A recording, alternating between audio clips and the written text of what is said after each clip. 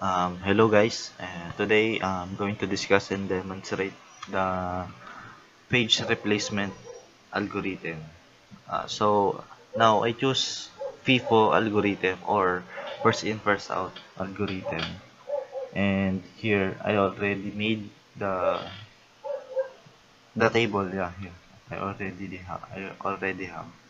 So I'm going to explain this one by one.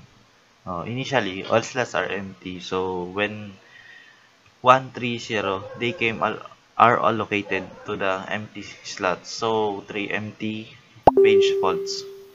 And now when 3 comes, it is already in memory, so 0 page faults. And then 5 comes, um it is not available in memory, so it's replaced the oldest page slots 1 and one page faults.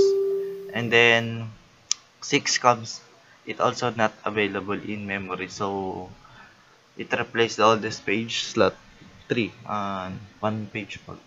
And finally here, when 3 comes, it is not available, so it's replaced 0 one page faults.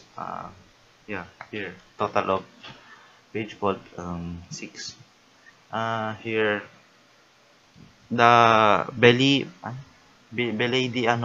anomaly proves that it is possible to have more page faults when increasing the number of page frames while using the FIFO or first in first out page replacement algorithm. Example of this, and like if we consider the reference here, like 3 or let's zoom 3 or 3 2 or 1 0 3 2 4 3 rather 2 1 0 4, yeah, here. And 3 slots, if we add that, or if we consider as a reference string, and 3 slots, we get 9 total of page faults. But if we increase slots to 4, we get 10 page faults.